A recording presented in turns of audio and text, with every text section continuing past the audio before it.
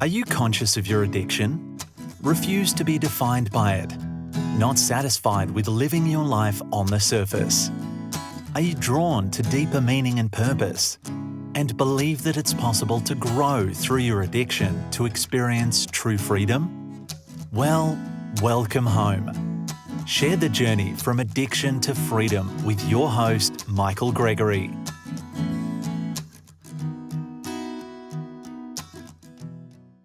Well, welcome everybody to another episode of From Addiction to Freedom.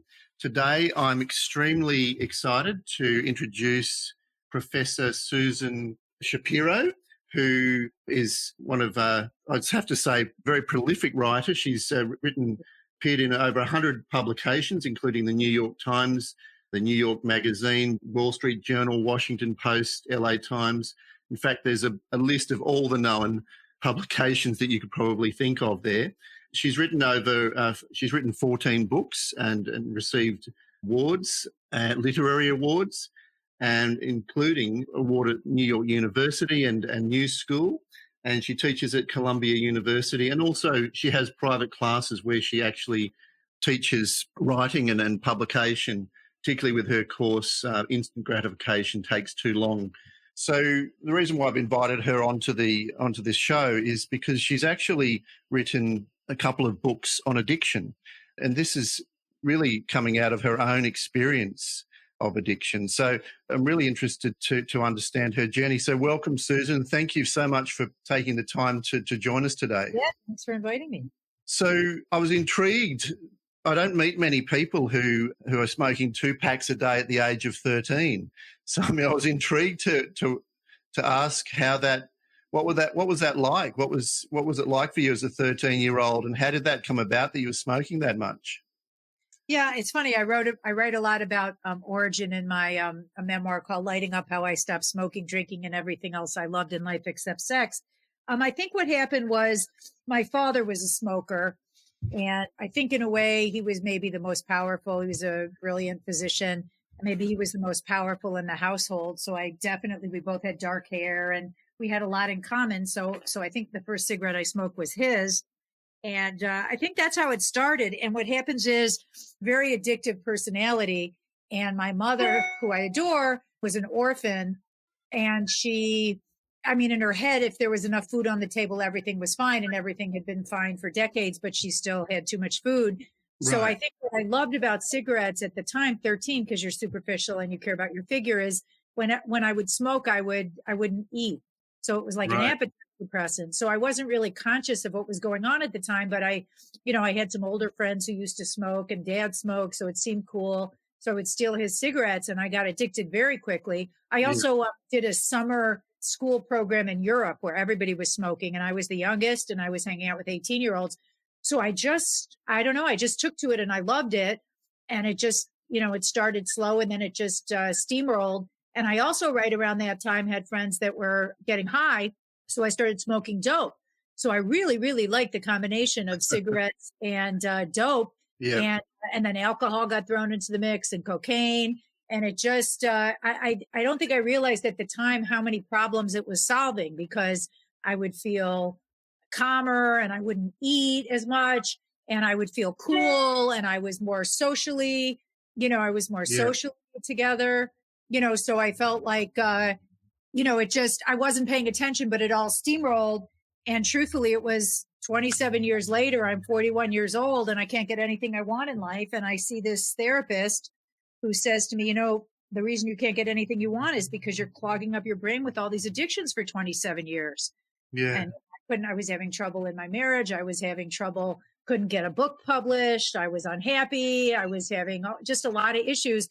And he basically said to me that if you quit smoking, because that was the big addiction that was, omnipresent because it was so often every day. He said, if you do everything I say and quit smoking, you'll get, the biggest thing I wanted was a book deal, and I couldn't get, it was making me crazy. And he said, if you quit smoking and do everything I say and see me once a week, I will help you within a year publish a book. And I had a reason to trust him. So I trusted him. And then by the end of the year, I was done with cigarettes, alcohol, dope, and I had sold 3 books to Random House, and I thought I found God. Wow. Wow. So that's a major transformation. And I understand it when you met Dr. Winters and started therapy with him. That was 27 years after you'd picked up a cigarette, I suppose. So there's a lot of time in between when your addiction was a big part of your life. Right. And what happened was I was seemingly successful. So, I mean, I graduated college and graduate school. I had a lot of friends. I did marry a wonderful man who I'm very happy with 25 years later. So it didn't appear as if, and I was also hanging out with artist crowds in New York City, which were, everybody was smoking and drinking and toking. So Yeah. it didn't appear as if you saw me, you wouldn't have thought there was a problem. I was freelancing for all the good newspapers. I was teaching. So it wasn't the kind of addiction where I was like, in the gutter. I was very, very highly functioning addict, but Yeah. I didn't understand that I hit a wall and I was never going to be able to really get the true things that I wanted most unless I looked at that and got off everything. Right. Right. So So you, I didn't even know there was such thing as a one-on-one addiction therapy, because usually what you hear is there's sort of like these Hazelton rehab clinics people go to, or you hear about AA meetings. I didn't even realize that there were therapists who specialize in addiction who you could pay one-on-one to unravel your addiction. So that was kind of a miracle to even find someone, because I didn't know that existed. yeah, right. Right. So you're so you didn't, for a long time, you probably didn't think that there was a problem and it was just a lifestyle and everybody else was similar. So, and you were successful in what you were doing in your career at the time. So it didn't seem like there was a problem. Is that Well, I would the way try it to, was? I would try to quit cigarettes because obviously I can read, and I knew that, they weren't good for you, but I would try to quit and I would go insane. So I Yeah. would I would seem fine and calm and my life was working. And then I would quit cigarettes and I would literally break out in sweats or freak out or, eat 57 carrots in a row. Like I would just do crazy things when I quit. And it's Yeah. interesting because eventually, so I wrote a book on Hooked with the addiction specialist eventually that was a New York Times bestseller, but we started at the very beginning with how can you tell if it's a habit or an addiction? And the way you could tell is quit doing it. And if you Right. quit, you're in pain, that's a really good sign that it's an addiction. Whereas if you could just, if you say, oh, I get stoned once in a while, or I eat donuts once in a while, or I like to drink. If you just could quit doing it for a few weeks and it doesn't bother you, then the chances it's not a problem and it's just a habit. But if Right. it causes you pain, that's a really good way of saying, uh-oh, I've taken this too far. This is in a place of addiction. Yeah. Yeah. That's a good insight to be able to distinguish just a regular behavior from something that becomes an addiction. So tell me about the work you did with Dr. Winters and how did that, I suppose you said that at one point what you needed to do was understand yourself better and have a change in attitude. So I'm assuming that he really helped you with that. Can you kind of share a little bit about that journey or how that worked for you? Well, so what happened was after I got married, my husband turned to me and said, now you have to quit smoking, drinking, and partying. And I thought he was joking. And I'm like, well, the whole time we went out off and on for 6 years, you would light my cigarettes for me and light my joints for me. And we drank together. So are you crazy? And I'm like, if you would have told me that while we were dating, I would have never gone out with you. He goes, I know that's why I did. But now that we're living together and we committed to each other, I hate the smell of smoke. I hate drug addicts around my house. And I want you to live long and you have to quit. So Right. I tried a few things and I just went insane. And it turned out that a therapist that he had seen in the past, it turned out was an addiction specialist. And this Right. was someone we had seen once or twice as a couples therapist who helped us get married. So he was the one who told my husband that he had to marry me now. And so I sort of liked the guy. Anyway, so I didn't realize that his he's in substance abuse. So Charlie said to me, my husband said to me, would you consider seeing him one-on-one just to try addiction? So I thought, okay, I'll try it because I already liked him and I thought he was on my side. And then the first session, he basically gave me an ultimatum. He said, I told him I didn't, all the problems I was having, especially with being unable to get a book published. And that's when he said to me, if you do everything I say, come to me once a week, you do everything I say for a year, by the end of a year, you're going to be done with the cigarettes and you're going to publish a book. And I had a reason to trust him, even though I thought it was kind of extreme. I told friends and they're like, he sounds insane. Run away Yeah. the other way, because, I'm this raging feminist and he's like this controlling male person to tell you what to do. And I said, you know what? But I've tried everything else in the world, and he already helped me get married. And he himself had been a chain smoker, he said, for 20 years, and he'd helped a lot of people through addiction. So I thought, let me just try it. And then I just liked everything he said. Everything. He just started explaining my life to me. Like he just Right. said to me, like he explained to me how addicts depend on substances, not people, and how I wasn't really having intimacy with my husband because whenever I get upset, I'd go smoke or toke or drink instead of talk to him. Right. And he gave me this weird thing after I quit smoking. Like he would give me these weird little rules. Like he said to me, he said, the new rule after I quit smoking was that my husband had to hold me for 1 hour every night. We would watch, he's in TV film, so we'd watch TV or film. And my husband had to hold me 1 hour every night without speaking. Wow. And which was such a weird, who would have ever thought of that? But I guess he was a couples therapist also. But it turned out, not only did I find that really soothing, but it made me so much closer to my husband, because instead of reaching for something to calm me down or to chill me out or to make me happy, all of a sudden I was sort of transferring the dependency that I had on addictions to my husband. So there were like 1,000 things like that. At one point he said to me, I said I wasn't the least bit depressed. And he said, beneath every substance problem I've ever seen is a deep depression that feels unbearable. And he said, it's not unbearable, but it feels that way. And then one at a time, every time I would quit a substance, when I quit cigarettes, when I quit marijuana, when I quit alcohol, every time I would feel manically depressed again. But he also taught me this thing about how to suffer well. So instead of going insane, because I had him as a therapist and because my husband knew what was going on, we really made a good plan for what I was going to do, when I was triggered or when it hurt, which included everything from the nicotine patch really helped me. I stopped going to bars and parties. So I stopped being around people that were doing drugs and drinking alcohol. We got rid of all the stuff. I got rid of all the ashtrays, got rid of all the liquor in my house. I was seeing the shrink not only once a week, but I was allowed to email him whenever I needed to, and he would, talk me down, so there was a whole process that I went through of slowly, really, it took a year of slowly getting rid of the dependencies, the chemical dependencies, and learning how to depend on people, on beings. Right. That example that you gave of one of the recommendations of your husband holding you for an hour, I really get how that would be deeply soothing, and maybe in a way touching and supplying places in you that hadn't really been filled in other ways for a long time. Do you feel that would that be true?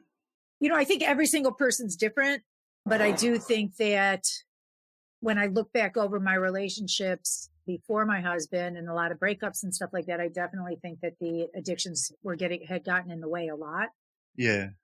I hadn't been conscious of it at the time, but, and sometimes I'd be with someone who was a smoker or a drinker, and I didn't realize the dynamic underneath it. Like, just for an example, one of the things that he explained to me was that the dynamic of, so something negative would happen, and it started in childhood. Something negative would happen in my house. And so instead of dealing with it or crying or being awkward or being uncomfortable, my mother would overfeed it away and my father would smoke it away. And, and people were drinking it away. So there was sort of this dynamic where anything awkward or uncomfortable or crazy or weird that happened, the way he put it, which was interesting, is he said the feelings weren't allowed to tell their own story. Right. So instead of letting them unravel, there was a way to make them disappear really quickly, or, which is really, a lot of people do that. You eat it away, you smoke it away, you drink it away, you fuck it away, you shop it away. Like, there's all these escape mechanisms that an addict will use to avoid feeling pain, and also not even knowing how do you deal with pain, or how do you deal with hurt. I didn't even know how to do it, especially at age 13. Yeah. I was just sort of unconscious and grasping at something to make me feel better. So it was really interesting at 41 when I quit everything, and my husband really, really helped me a lot with it. And he started to understand, with the help of the doctor, how he could be there for me in a way that would allow me to, to quit all the addictions. Yeah, yeah, I can see that the addictions, that the way you're describing it, the addictions were really in a way helping you to be present in the situation without actually having the skills or the opportunity, I suppose, to face the real problems in any particular situation. It was a way of kind of Exactly. coping. Yes, and the problem was they did such a beautiful job for so long, Yeah, because sure, I mean, I'm a 13-year-old and I had skipped a couple grades at school and I was hanging out with an older group of people and I, took college classes and I went to Europe. So I was doing all these things that I really didn't know how to handle. And somehow the addictions gave me an armor, which yeah, made me feel, tougher and cooler and stronger. And hey, I could handle this. And it really, like I said, it worked wonders for a while. But then at a certain point, it all added up to, it kept getting more extreme and it all added up to, hitting a wall. yeah, yeah. It reminds me of what, I don't know if you know, the Canadian doctor therapist, Dr. Gabor Mate. Have you heard of him? No. Well, he has a lot to say about addiction, and one of the things he says is that the addiction itself is never the problem. It's actually an attempted solution, and that's what I'm hearing here. That the addictions for you were an attempted solution to other situations that you were, in a way trying to handle or understand or deal with. But at some point, that the attempted solution itself started, was interfering with your ability to grow and progress in where you wanted to go in life. Yes. Yes. And Yeah, again, yeah. And I didn't understand what was wrong. And I actually had been in therapy to help me with certain things, but I wasn't seeing an addiction specialist, which is really what I needed because yeah, I needed somebody that really understood the dynamic of, of how I was hurting myself and repressing things. And, it was so, I'll give you an interesting example yeah, was that I was publishing a lot of freelance work. So at first, when the therapist said, this is hurting your career and this is why you're not getting what you want, because I really wanted to do a book and I was helping other people publish books. So I was like the wedding planner who couldn't get married because I just couldn't.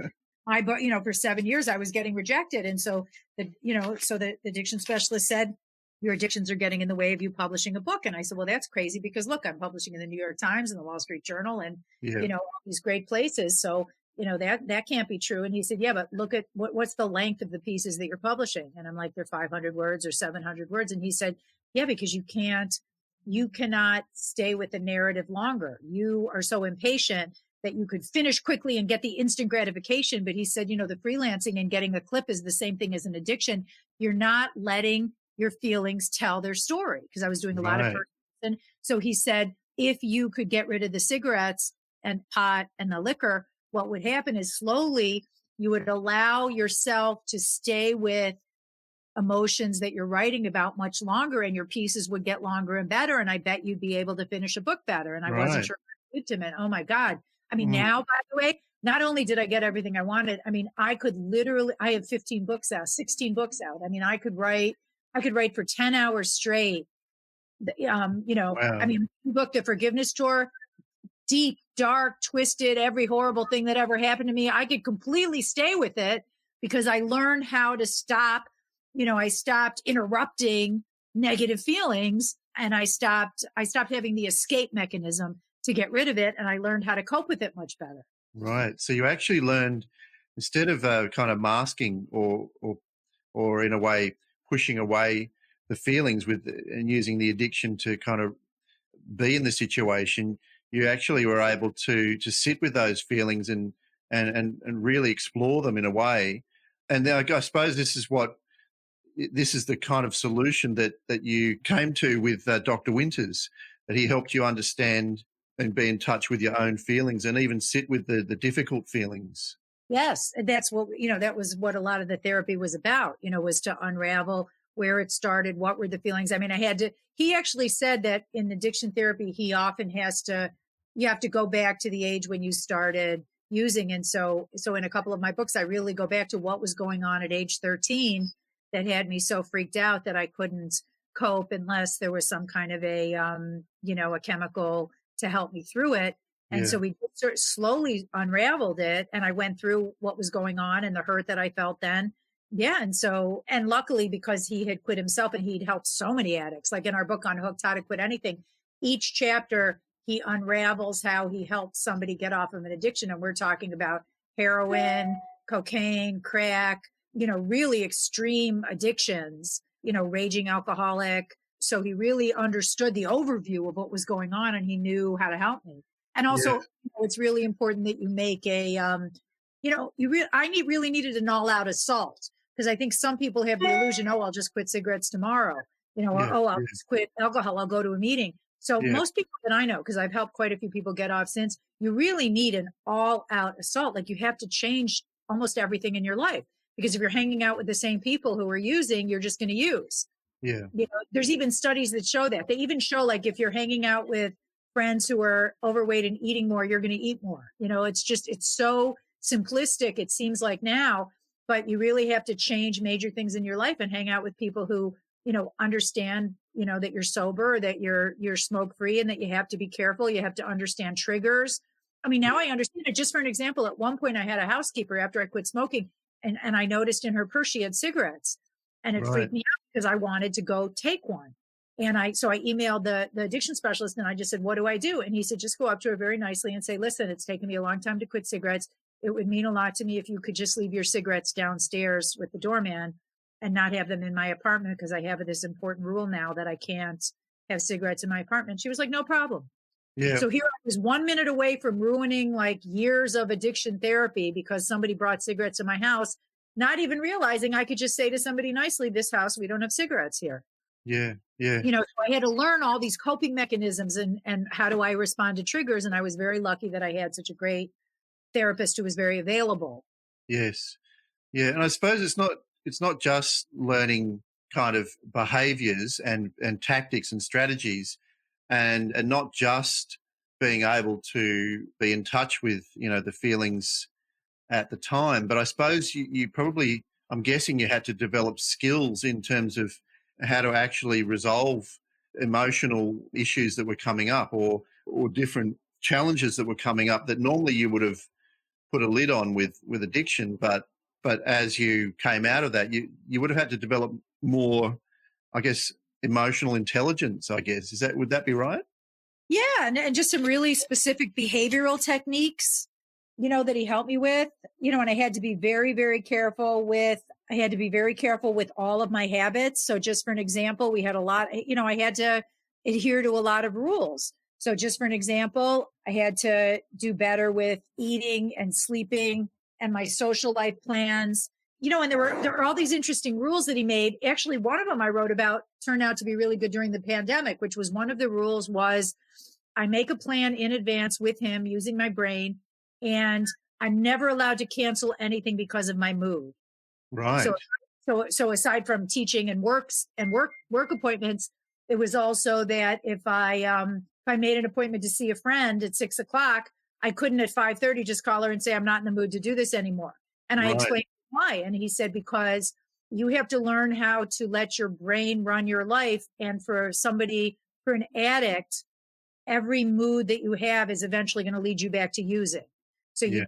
you can't really listen to that voice. In fact, at one point he said, don't trust your instincts. They're always wrong, which is Right. the exact opposite of what you hear. But if you're an addict, Yeah. your instincts are always kind of going to lead you back to using. So I had to get to the point where I don't listen to my instincts. I have rules and I have my plan for the day, and I have my gurus who I speak to, my core pillars if I'm confused about what to do. Which is he's still available on, even though I don't see him anymore as a doctor, he's still available by email. My husband is available. I have other friends who understand, who are clean and sober, so if I'm upset or if something's going on, I know immediately, oh, I'm going to take a walk with this friend who understands. Yeah. I'm going to ask my husband, I'm going to go into his office and I'm going to say, sorry to bother you. I'm having a really rough time. Could you hold me now? Yeah. So I have like 25 techniques that'll help me chill out so that I won't, do anything stupid. Yeah. Yeah. Yeah. And sounds so. Those techniques, a lot of them that you mentioned there, holding, talking with a friend who's sober, and obviously, and also your other gurus and things. It sounds to me like that you'd learned to actually kind of explore what was going on, or be present with what was going on, that normally those moods would have taken you off into addiction, but you're able to work with them in a different way. So, for example, if you went walking with a friend and you were needing to do that because you were feeling unbalanced or something, would that conversation that occurred while you were walking, would that actually help you rebalance? Is that how it worked? Oh, absolutely. Absolutely. And remember the line, which was really important to my recovery, which is addicts depend on substances, not people. Yeah, And right. what's interesting about that is that substances are actually, in some ways, substances are so much easier to depend on because you can control it. Yeah, So when I depend on human beings screw up all the time. In fact, the subject of my book, The Forgiveness Tour, is actually how 5 years later, when I was very, very dependent on the addiction specialist, Dr. Winters, he screwed up, and it blew my mind and it blew my yeah, world. And I didn't know what to do without him. And actually the whole book, The Forgiveness Tour, was, here was somebody who fixed my life and helped me. I mean, he helped me triple my income. He helped me get married. He helped me with my books. And he was so important to me. And the whole book, The Forgiveness Tour, is about, he screwed up. He wouldn't acknowledge it. He wouldn't say he was sorry. And I didn't know how to deal with having this important mentor in my life who couldn't apologize, and I wanted to forgive him, but I didn't know how do you forgive somebody who won't apologize? And also I was afraid that I was going to relapse. So I wound up finding all these other gurus, religious leaders and other doctors, and even asking colleagues and friends, can you forgive somebody who doesn't apologize? Became the yeah, big question. And yeah, interestingly, when I asked people all of the stories that they told me about, tell me about the apology that you're owed that you never got, what was really fascinating was so many of the stories were about addiction. So yeah, it kind of kept bringing me back to how much he'd helped me. For example, there was a man who never forgave his wife because she was an alcoholic who deserted their 3 children. yes, And, so that yeah, was a fascinating story. And then there was a story of a man in Michigan, Gary Weinstein, who had to decide whether he could ever forgive the drunk driver who killed his wife and 2 children. yeah, And he definitely decided to forgive him publicly. But so that was just a fascinating conversation. And of course, I saw myself in that because I had driven drunk and high in the same place in Michigan where I'm from. wow, So what was really interesting is doing this journey, it kind of brought me back to how important the addiction work that I'd done was. And it sort of led me to be able to forgive the doctor, before he came back and apologized to me and told me what yeah. was going Well, in the book that what's it called, the Forgiveness Tour, on. your book that I read, the conversation where at the restaurant where you weren't sure, the way that it was portrayed there, you weren't sure how to go about it, and because he up until that point hadn't been forthcoming with any admission or anything, and you were deeply betrayed and deeply hurt. And what touched me was when he opened up and started to explain where he was at that time in his own life, the difficulty he was having with was it his mother who was sick? And by the way, his wife had a horrible Yeah, operation where she had nerve damage, and his daughter was sick. So his whole life was falling apart, but he had yeah, never told me what was going on. yeah, And that's right. when he finally told me what was going on, hilariously, interestingly, I said, "Oh my God, I'm so sorry. Why didn't you just tell me?" And Yeah, actually, what was really interesting was there was a couple of things that he had taught me in therapy that were really interesting that were coming true. One of them was that he said it's so much easier to depend on substances because people are so unstable, and you can't yeah, depend on people, and they're human and they have yeah, problems. So that was really interesting to see that's part of what happened. But there was something else really interesting that I think helped me through it, which was, he always said to me when I was trying to figure out how to deal with getting sober and smoke free, he always said, lead the least secretive life you can. yeah, That sort of became a mantra. And I already had studied confessional poetry and but that really became a mantra where I'm just so honest. I'm as honest as I possibly can be. And interestingly, one of the ways that that I wasn't secret is anybody who asked, I just told them what was going on because I yeah, was just kind of a basket case and I was very upset with him. And I just talked about it, and we knew people in common, and I just yeah, talked about it. And I said, I'm mad at him. He's a jerk. And I yeah, was very, very open about it. So eventually when he apologized, I said to him, are you just apologizing because you want me to shut up because we have mutual friends and you don't want me to say anything bad about you? And he said, yeah, shut up already. And I said, and then I got upset and I said, is that the only reason? And he said, no, but things coexist. But what I realized is the advice that he gave me to lead the least secretive life you can is actually wound up pushing him to apologize to me without me even realizing it, because the fact that I was so open about it definitely, it got back to him that I was upset with him and that, and interestingly, he could no longer do what he was doing in the way that he taught me. He could no longer do what he was doing and get away with it. He had to change also. Yeah. So that turned out to be very excellent advice that he gave me. Lead the least secretive life. The thing that really touched me in that scene was it seemed to be was when he opened up and explained more of what was going on for him. You recognized his suffering and your compassion for his situation, the understanding that gave you seemed to melt you a little bit. And then I'm imagining that created a safe environment for him also to really say, I'm genuinely sorry I hurt you. And so even though the betrayal happened and you were hurt and he was obviously probably hurting from losing your friendship at the time, but in that facing everyone seeing the same things, everyone seeing the humanity of the situation, it seemed to melt the rift. Something else that was really the best thing about it, which is sort of at the end of the book, The Forgiveness Door, is that, okay, so we talked it out, and, I talk about in the book, there's 4 elements of a good apology, and he gave me exactly the 4 elements of a good apology. But so what was the reparation going to be? So at this point, I didn't really want to go back to paying him to be my therapist, because I thought, his life is a mess and I'm over this already, but I also didn't want to let go. So at that particular moment, I said to him, we had started trying to write an addiction book together years before and nothing had happened with it. So at that moment, I said to him, why don't we go back and finish the addiction book? Because in my mind, I thought, well, that would be a great way that we could work together on positive things and we could still be in each other's life in a great way. So he was shocked. So he's like, of course, let's do it. So then not only did it sell, but it became a New York Times bestseller. So number one, that was a great argument to show how fruitful forgiveness could be, which was so. But the other thing that was really interesting, which somebody said to me, is a lot of times when you end therapy, a really good way to end therapy is to kind of take some time to go over what you learned together and what changed. And so what was so cool was it actually allowed us to relive the addiction therapy that we'd done together over the years that really wound up helping me so much. But also it was a lot of ways because his mother was a raging alcoholic and he was a chain smoker himself. And so healing was sort of healing other people was sort of his own healing.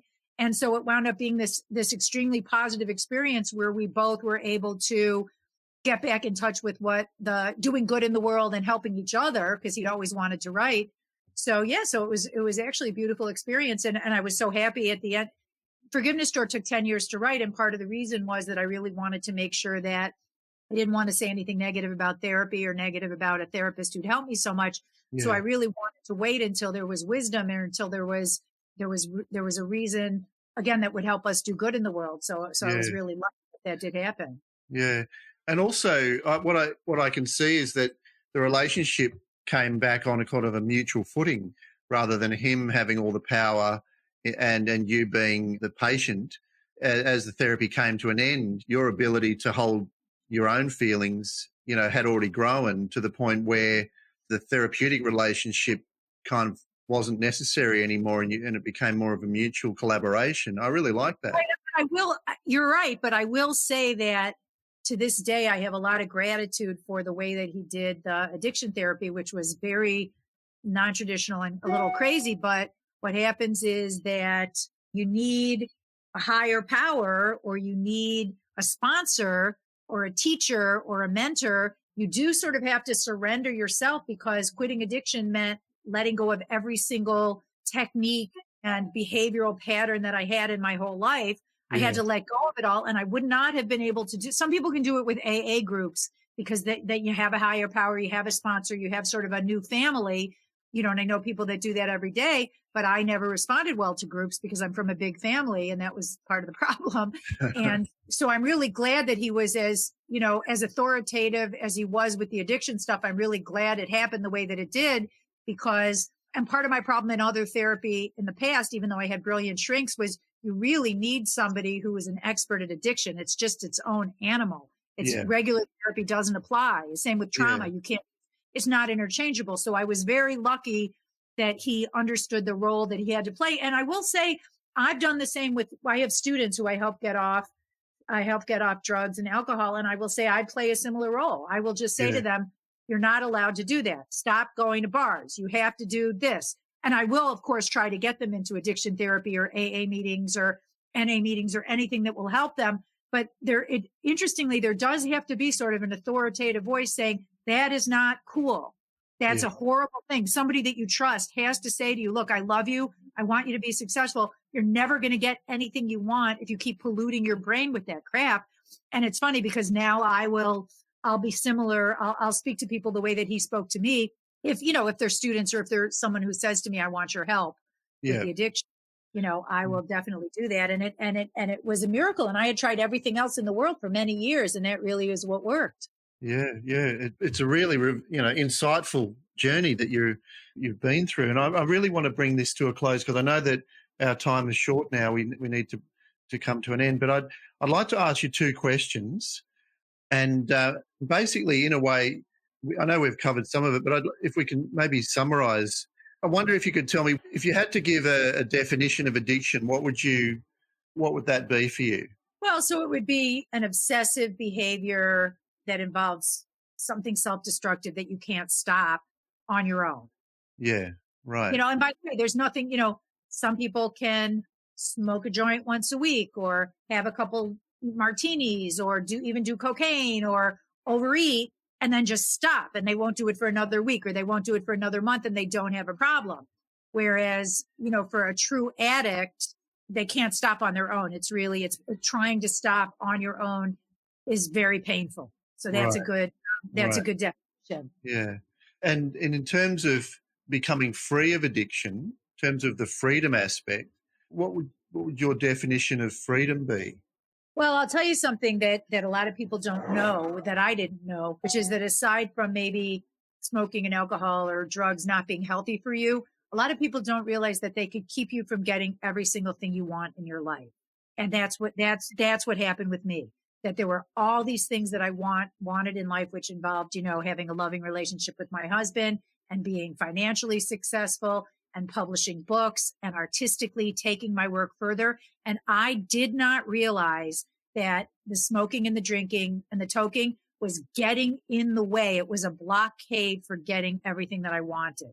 And so what was so fascinating to me, and you can hear me. In fact, sometimes when I do interviews, my colleagues joke that I sound like I'm on cocaine, because what's so bizarre, what happened was, not only was it extremely liberating to get rid of the external addictions and the substances, but it's so exciting to naturally be able to feel high and excited by life and to be able to, And so I would say that, so I would say that not only did I feel unbelievably liberated by quitting the addictions, but also it just, it just led me to so many exciting things in my life that I didn't even realize I had blocked out. I didn't even know that. The joke now is that, because an addictive person never stops being addictive. So the joke is now I'm addicted to email, book deals, book events, so I even have to be careful with that because, the great line that the therapist said to me is, you have to beware of all addictions because they take you out of yourself and you always have to go back to yourself. So interesting. I thought, well, how could book deals be a bad thing? How could that be a negative addiction? And then what happened was I couldn't get a book deal for 2 years and I was going insane. And I thought, oh my God, look what happened. It's the same thing. It's taking me out of myself, as if I'm not good enough on my own unless I have this external thing that builds me up. And so then I had to sort of, do therapy on my head again to say, if I never publish any book the rest of my life, I'm still fine. And here are the techniques I have to use. And interestingly, the minute I did that, then I got another one. So kind of what I'm hearing there is that freedom has to do with being comfortable in your own skin and enjoying your life without having to medicate it, so to speak, without the imprisoning qualities that occur when the addiction is present. And I always have to be vigilant because before I know it, I have another addiction. So just for an example, during the pandemic, food. And it's funny because I have like these rules, like if for an addict, it's easier to me to quit whole food groups. Like, so I just no sugar or no bread products, but then I'll like, I could OD on protein, so I just have to be careful. I always have to be vigilant and realize that my personality is always going to lead me to overdo it. And so I have to keep really strict with the rules. And I do, I can email him, or I have questions, I have core pillars, and I have rules that I have to follow to just, to make sure that it doesn't take over my life again. Yeah. Susan, this has been really eye-opening for me in terms of the power of individual therapy as a solution to addiction. And I just love hearing how your life has flourished through that journey. And sounds like you've got a lot of good things ahead, and you're going to enjoy them. Yeah, and if anybody wants to contact me, addiction's one of my favorite subjects, and I love helping people. It's profsue123 at gmail.com. So profsue123 at gmail.com. That's my email. And by the way, I have a lot of students who write about addiction. Several of them have great addiction books out. So if anybody wants to hear, how can you take your energy and, and all the addiction stuff and write about it in a way that's, get published, or that'll help you make money or help you deal with it, people can email me and I'll be happy to help. Great. And we'll put all of your details in the show notes underneath. So once again, thank you very much. And I look forward to contacting you in the future and seeing how you go. So thanks again. Yeah, thank you. Great talking to you. You too. Bye. See you later.